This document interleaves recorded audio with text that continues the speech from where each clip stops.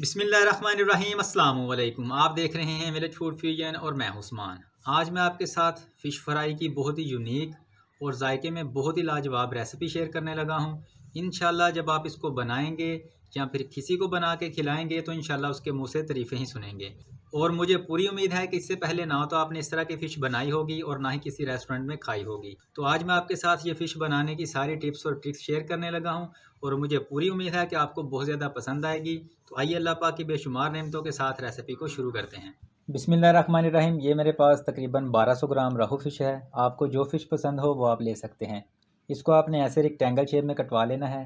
Fish को मैंने धो के अच्छी तरह से साफ़ कर लिया है और इसकी स्मेल को ख़त्म करने का जो तरीका है वो मैं ग्रिल्ड फ़िश वाली रेसिपी में आपके साथ शेयर कर चुका हूँ। सबसे पहले हमने फ़िश को मैरिनेट करना है। तो यहाँ पर आपने एक दो चीज़ों का ध्यान रखना है, वो मैं आगे जाके आपके साथ शेयर करता हूँ।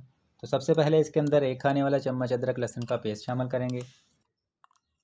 तो पहली टिप यहाँ पे ये है, ये मेरे पास 1 खाने वाला चम्मच ज़ीरा, 1 खाने वाला चम्मच खुश्क धनिया और आधा खाने वाला चम्मच अजवाइन है। इन तीनों चीज़ों को मैंने पैन के अंदर हल्का रोस्ट करके दरदरा सा पीस लिया है। ज़्यादा पाउडर फॉर्म में नहीं करेंगे। रोस्ट करने से इन मसालों की खुशबू फ़िश के अंदर 4 चाँद लगा देगी। तो ये एक छोटा सा स्टेप आपने लाजमी करना है। 1 चम्मच मैं इसमें कुटी हुई सुरख मिर्चें यानी चिली फ्लेक्स शामिल करूँगा। इसके अलावा आप इसमें पिसी हुई सुरख मिर्चें भी शामिल कर सकते हैं, लेकिन कुटी हुई सुरख मिर्चें शामिल करने से फ़िश के ऊपर खूबसूरती आती है। आधा चाय वाला चम्मच गरम मसाला शामिल करेंगे।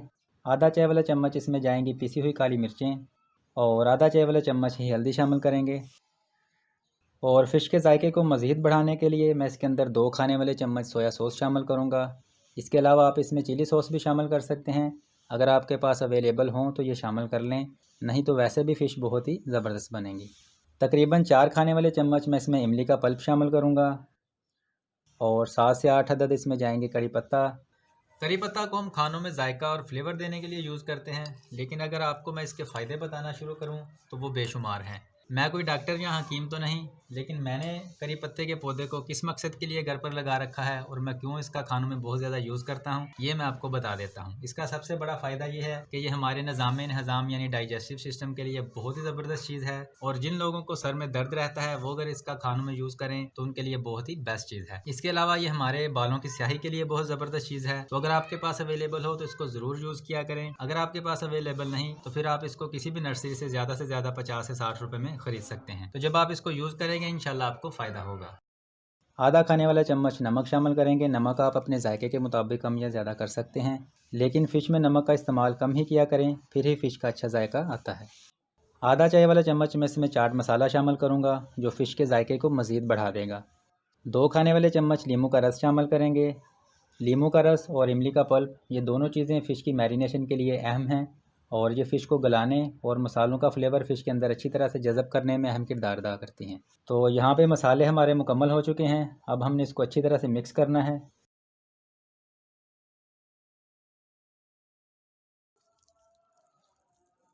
अच्छी तरह से मिक्स करने के बाद अब हमने इसको कवर करके 10 से 12 घंटे के लिए फ्रिज के अंदर मैरिनेट होने के लिए रख देना है। लेकिन अगर आपके पास टाइम कम है, आप जल्दी इसको फ्राई करना चाहते हैं, तो फिर आप इस मैरिनेशन के अंदर आधा चाय वाला चम्मच टाटरी का शामिल करेंगे और मैरिनेशन को फ़िश पर लगाने के बाद कम से कम 3 से 4 घंटे के लिए मैरिनेट होने देंगे। जितना टाइम आप इसको मैरिनेशन के लिए देंगे फ़िश आपकी उतनी ही अच्छी बनेगी। तो आप फ़िश की कोटिंग तैयार करने के लिए एक बाउल के अंदर 1 प्याली बेसन शामिल करेंगे। 1 चम्मच जाएगा इसमें कॉर्नफ्लोर और 2 चुटकी के बराबर ज़र्दा कलर शामिल करेंगे। ज़र्दा कलर शामिल करने से फ़िश के ऊपर जब हम कोटिंग करेंगे तो इसकी एक खूबसूरती आएगी और फ़िश का एक अच्छा कलर निकलेगा। अब हमने इसके अंदर थोड़ा थोड़ा करके पानी शामिल करना है, ताकि जो बैटर है ये ज़्यादा पतला ना हो। अगर बैटर ज़्यादा पतला होगा तो ये फ़िश के ऊपर अच्छी तरह से ठहरेगा नहीं।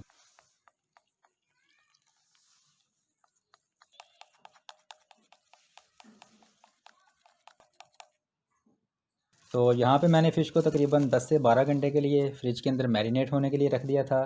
अब जो हमने बैटर बनाया है वो इसके ऊपर डाल देंगे और अच्छी तरह से मिक्स करेंगे।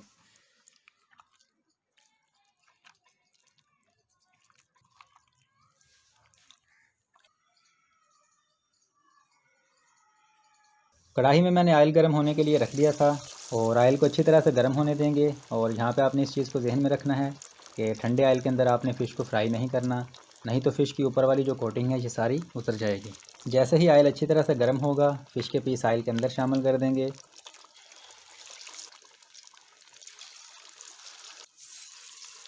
और यहाँ पे फ्लेम को मीडियम कर देंगे और तकरीबन 1 से 2 मिनट के लिए बग़ैर हिलाए फ़िश को इसी तरह फ्राई होने देंगे। और ये आप देख लें, इतनी फ्लेम के ऊपर आपने फ़िश को फ्राई करना है कि फ़िश की ऊपर वाली कोटिंग भी ना जले और फ़िश अंदर तक पके। तो अभी मैंने इसको 5 से 7 मिनट के लिए फ्राई कर लिया है। इसको आप इसी तरह निकाल के हाफ़ डन करके भी रख सकते हैं और जब आपका दिल करे आप दोबारा इसको 6 से 7 मिनट के लिए फ़्राई करके यूज़ कर सकते हैं। तो मैं यहाँ पे इसको पूरा ही डन करूँगा और मज़ीद 6 से 7 मिनट के लिए मैं इसको अच्छी तरह फ्राई करूँगा। अल्हम्दुलिल्लाह ये यूनिक फ़िश फ्राई की रेसिपी जो आज मैंने आपके साथ शेयर की है, इसी तरह इसको घर पर ज़रूर ट्राई कीजिएगा, इंशाल्लाह आपको बहुत ज़्यादा पसंद आएगी। और मुझे पूरी उम्मीद है कि इससे पहले ना तो आपने इस तरह फ़िश बनाई होगी और ना ही खाई होगी। तो चैनल पर नए हैं तो काइंडली चैनल को सब्सक्राइब कर लें, वीडियो अच्छी लगे तो इसको शेयर लाजमी कीजिएगा। अल्हम्दुलिल्लाह फ़िश हमारी रेडी है और अब मैं इसको डिश आउट करने लगा हूँ और डिश आउट करके इसकी फ़ाइनल लुक मैं आपको दिखाता हूँ।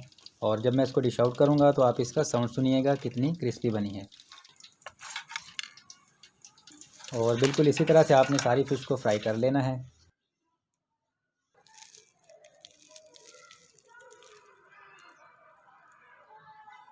अल्हम्दुलिल्लाह फ़िश हमारी बहुत ही ज़बरदस्त बनी है। उम्मीद करता हूँ कि आज की रेसिपी आपको अच्छी लगी होगी। इसी के साथ दीजिए इजाज़त, अपना बहुत सारा ख्याल रखिएगा। अल्लाह हाफ़िज़।